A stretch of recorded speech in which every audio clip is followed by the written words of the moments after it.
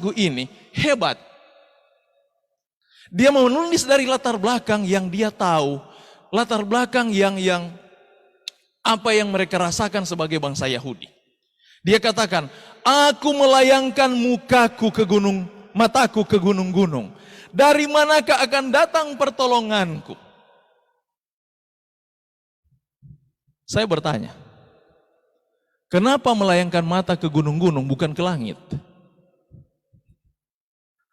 Waktu saya di Sumatera, satu kali om saya dia katakan begini, saya panggil dia Amang Boru.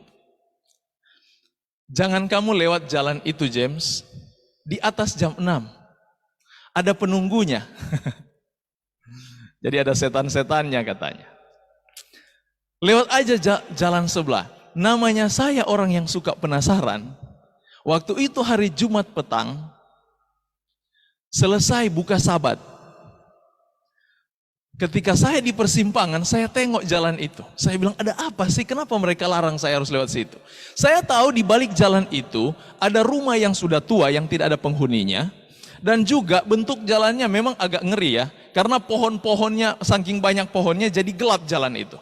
Tapi saking saya penasaran, saya bilang, saya balik lewat jalan ini. Saya mau coba. Saya lewat jalan itu saudara. Tiba-tiba mesin motor saya mati. Bukan hanya mesin yang mati, lampunya juga mati.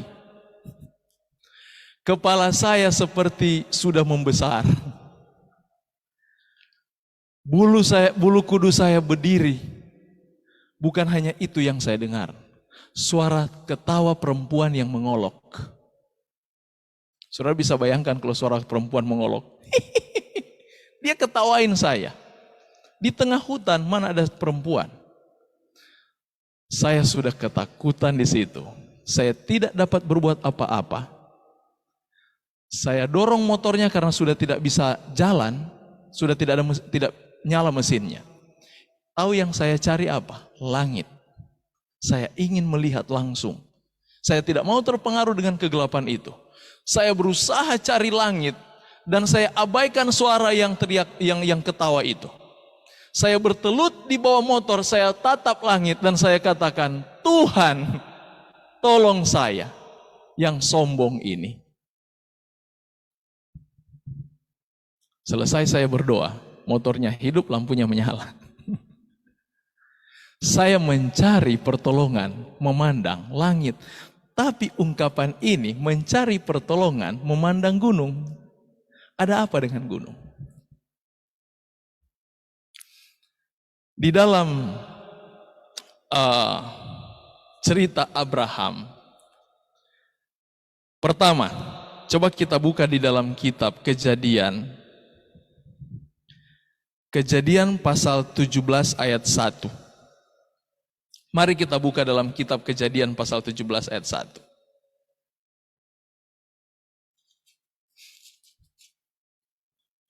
Di sini pertama Tuhan memperkenalkan diri kepada Abraham. Dia katakan begini. Ketika Abraham berumur 99 tahun, maka Tuhan menampakkan diri kepada Abraham dan berfirman kepadanya, Akulah Allah yang Maha Kuasa, hiduplah di hadapanku dengan tidak bercelah. Kata Tuhan yang Allah yang Maha Kuasa, dalam bahasa Mesopotamia, bahasa Aram, El Shaddai. El Shaddai. Bayangkan, ini pertama, kalau Tuhan perkenalkan diri ke Abraham, namanya siapa? El Shaddai. Kalau dia perkenalkan diri ke Musa, siapa yang dia bilang? Yahweh. Saya mau tanya, mana yang benar? Banyak orang mempersalahkan nama Tuhan, tapi saya tidak akan bahas di sini masalah nama Tuhan. Tapi saya mau angkat kata El Shaddai. El Shaddai memiliki falsafah berpikir untuk orang Mesopotamia.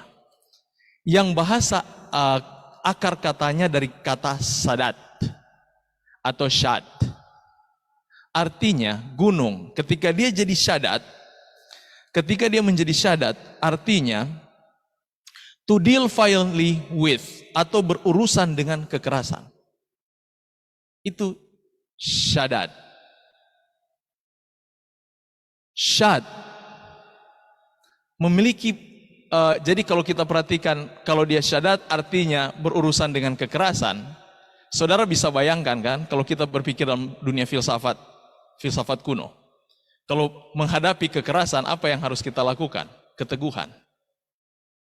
Sekerasnya orang, kalau kita dalam prinsip kita harus teguh, betul tidak? Kata syad yang sama yang dimiliki oleh pemahaman Mesopotamia saat itu, arti syad itu gunung. Tapi gunung bukan hanya gunung yang kekar. Saya minta maaf, saya bukan bicara pornografi di sini. Tetapi selain gunung yang gunung batu, juga menjadi simbol gunung yang ada di kaum perempuan. Jadi gunung batu itu, syad ini melambangkan kekuatan, keteguhan sebagaimana gunung batu. Dan juga menjadi simbol terhadap kehidupan dan kelembutan. Jadi pemahaman orang Mesopotamia sehubungan dengan kata syad ini, falsafahnya jelas.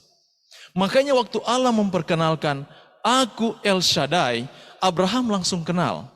Dia langsung tahu bahwa Allah yang akan dia harapkan ini adalah Allah yang teguh. Makanya tidak heran ketika Tuhan menuntun Abraham ke Gunung Moriah untuk mempersembahkan Ishak. Mari kita buka dalam Kejadian pasal 22. Kejadian pasal 22 ayat yang ke 14. Dan Abraham menamai tempat itu Tuhan menyediakan, Jehovah Jireh. Sebab itu sampai sekarang dikatakan orang, di atas gunung Tuhan akan disediakan. Dari cara berpikir, latar belakang berpikir, inilah orang Israel selalu memandang ke gunung-gunung. Mereka juga sering perang dan peperangan mereka terjadi di lembah. Dan ingat, di Yerusalem paling banyak pegunungan. Dan kalau kita datang kepada konsep teologis, pemahaman yang lebih lanjut, keselamatan kita umat manusia ada di mana? Di atas gunung. Gunung apa itu? Golgota. Mencari keselamatan di atas gunung ada di Golgota. Di sini latar belakang mengapa dia tulis dalam Mazmur 121 ini. Allah di atas gunung itu dia mendapatkan pertolongan. Pertolonganku ialah dari Tuhan yang menjadikan langit dan bumi. Ia tidak akan membiarkan kakimu goyah. Penjagamu tidak akan terlelap. Alasan yang lain mengapa di atas gunung. Saya coba cari beberapa alasan. Di sana juga dikatakan bahwa dalam Bilangan 22 ayat 41, Ulangan 33 29, 1 Raja-Raja 12 ayat 31.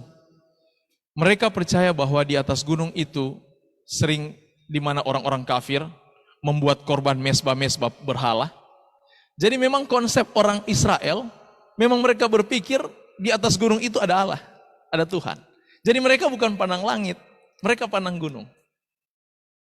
Mereka pandang gunung. Dan dia katakan di ayat 3, ia takkan membiarkan kakimu goyah. Penjagamu tidak akan terlelap. He will not allow your foot be moved. Itu bahasanya. Tidak akan kakimu bukan goyah gemetar, tetapi akan berpindah. Hanya kaki yang berpijak di atas kebaikan Tuhan adalah kaki yang tidak akan pernah goyah. Kaki yang ada berpijak di atas cinta Kristus. Kaki ini yang tidak akan pernah goyah. Roma pasal 8 ayat 35. Mari kita buka dalam Roma pasal 8 ayat 35. Dia katakan begini. Siapakah yang akan memisahkan kita dari kasih Kristus? Penindasan atau kesesakan atau penganiayaan atau kelaparan atau ketelanjangan atau bahaya atau pedang? Saudara lihat, kelaparan, kematian, harga diri sekalipun tidak akan dapat membayar orang yang sudah tenggelam di dalam kasih Kristus. Untuk membentuk prinsip kekristenan, berpijaklah di atas cinta Tuhan. Kita mampu menjadi setia bukan dengan usaha kita, tetapi mampu menjadi setia dari hubungan kita dengan Yesus setiap hari. Saudara jangan pernah berusaha untuk menjadi seorang Kristen sejati dengan usahamu. Itu akan menjadi sia-sia. Tapi bentuk hubunganmu dengan Tuhan, hari demi hari pelajari cintanya. Selami cintanya yang dalam itu. Di situ akan mendapatkan kekuatan di mana kita akan berpijak. Semakin kita belajar cintanya, semakin kita jatuh cinta kepadanya. Dan semakin kita akan lebih dalam dengan dia. Prinsip itu akan lebih teguh. Sama dengan di dalam rumah tangga. Saya senang untuk kita sedikit pelajari ini. Dalam kitab Kejadian pasal 4 ayat 1. Kejadian pasal 4 ayat 1 bahasanya begini. Kemudian manusia itu bersetubuh dengan Hawa istrinya dan mengandunglah perempuan itu lalu melahirkan Kain. Maka kata perempuan itu, aku telah mendapat seorang anak laki-laki dengan pertolongan Tuhan. Kata bersetubuh di sana sebenarnya bukan bersetubuh, makanya saya katakan tadi. Di dalam terjemahan kita bahasa Indonesia, dia langsung terjemahkan secara sifat, konteks, bukan terminologinya, bukan kata-katanya, bukan term. Bahasa yang digunakan dalam kata bersetubuh, dalam bahasa Ibrani disebut yadah. Makanya bahasa Inggris dia taruh kata to know. Jadi kalau mau taruh bahasa Indonesia, bisa-bisa kita teolog orang Indonesia, masa hanya mengetahui dia sudah hamil? Betul tidak? Tetapi kita harus belajar untuk terima dulu apa yang dimaksudkan konteks itu. Dia katakan kemudian manusia itu yadah itu adalah a knowledge. Mengetahui. Know, to know. Untuk tahu. Acquaintance.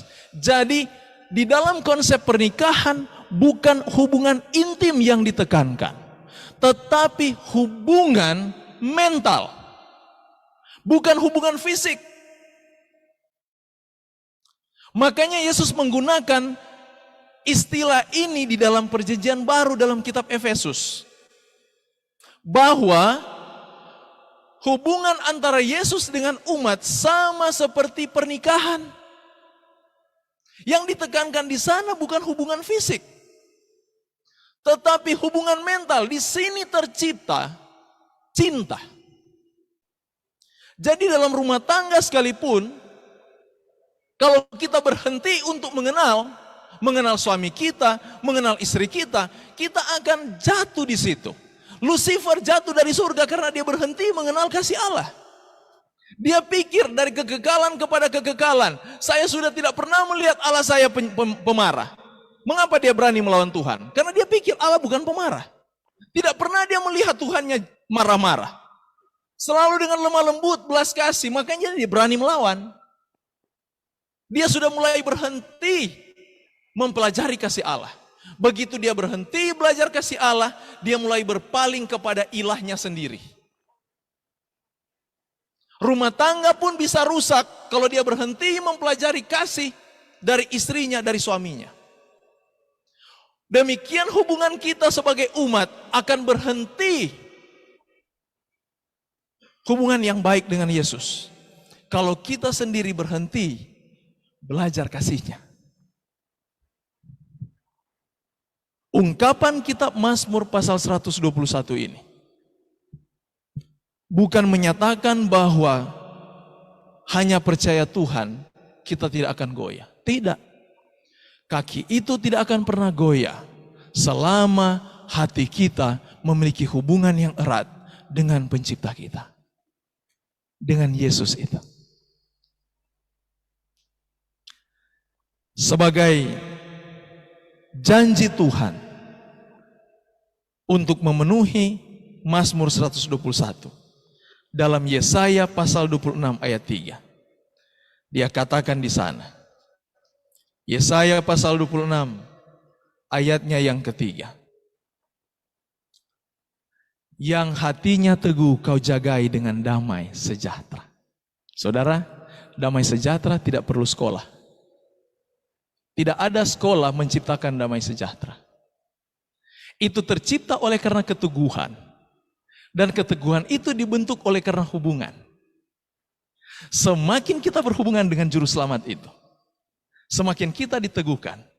Dan damai sejahtera itu menjadi upah kita. Ada orang berusaha menjadi damai sejahtera ketika dia menjadi pendeta. Ketika dipilih menjadi ketua jemaat, berusaha menjadi damai. Tetapi itu fana. Itu hanya sementara.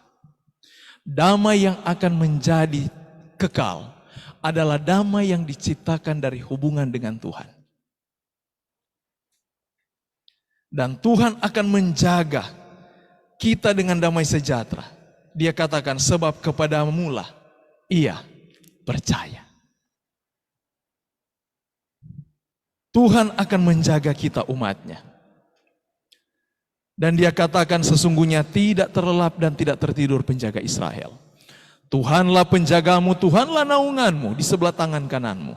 Matahari tidak menyakiti engkau pada waktu siang, atau bulan pada waktu malam. Tuhan akan menjaga engkau terhadap segala kecelakaan. Ia akan menjaga nyawamu. Tuhan akan menjaga keluar masukmu. Dengan kata lain, baik susah maupun senang, Allah Israel menjadi penjagamu. Nyanyikan lagu pujian baginya. Jangan mencari dia menjadi Allah penolongku di saat kita susah. Tapi jadikan dia Allah penolongku ketika kita senang. Mengapa? Karena Amsal pasal 28 ayat 26. Apa bunyi Amsal 28 ayat 26? Dia katakan, jangan percaya dengan hatimu. Amsal 28 ayat 26. Siapa percaya kepada hatinya sendiri adalah orang bebal. Ketika kita punya uang banyak, kita mendapatkan posisi yang baik, hati-hati. Jangan percaya dengan apa yang ada padamu. Ketika kita memiliki posisi yang baik, kita memiliki kemakmuran, di saat itulah kita membutuhkan seorang penolong. Allah penolong kita di saat susah maupun senang. Maukah kita menjadikan Allah sebagai penolong utama kita? Yang mau ambil komitmen itu, saya undang kita untuk berdiri dan kita berdoa.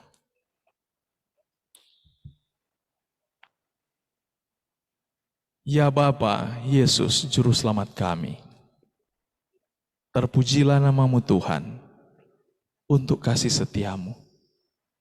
Tuhan, kami ingin menjadikan Engkau penolong kami bukan hanya ketika kami sakit, tapi juga kami ingin jadikan Engkau penolong kami di saat kami senang dan sehat.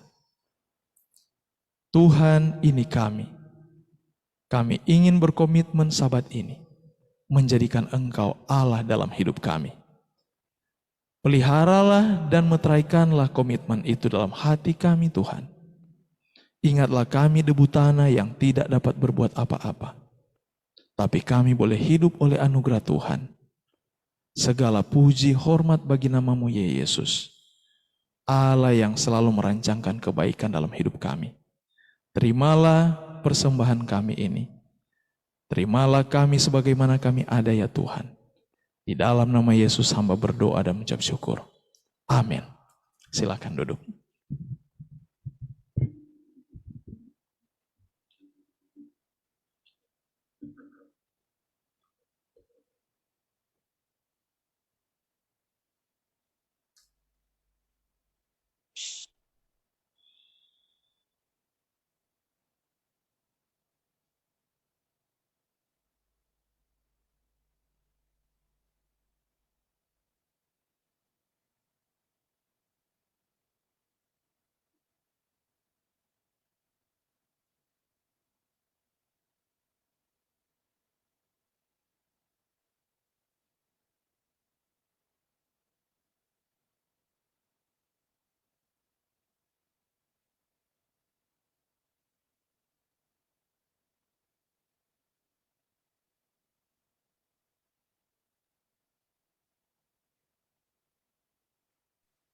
Selamat sahabat.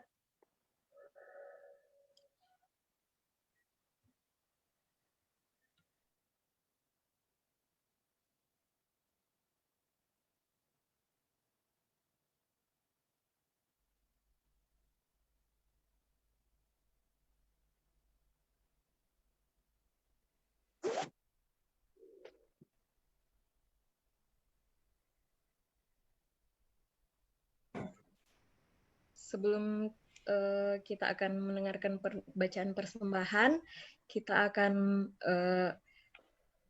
saya meminta pendeta untuk membawakan doa berkat.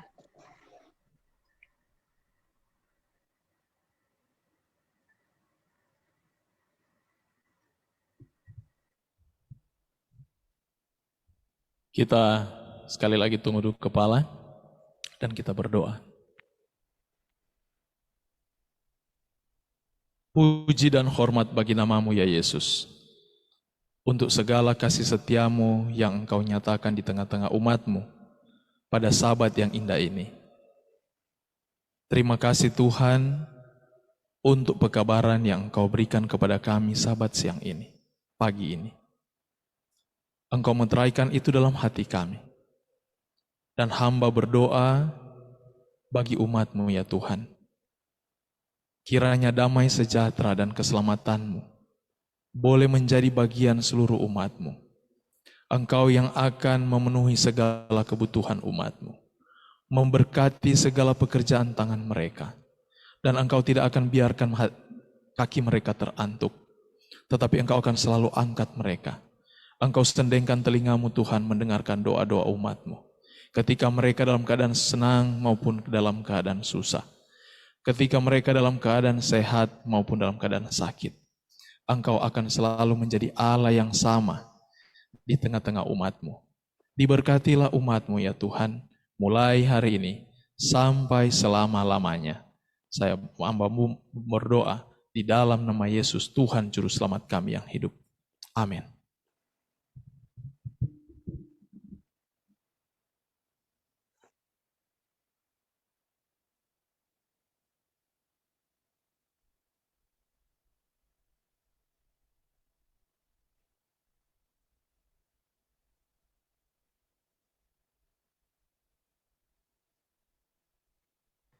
Terima kasih pendeta.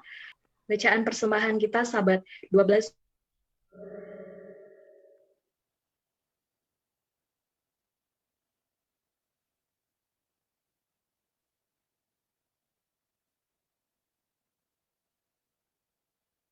Apa saja yang dapat kita pelajari dari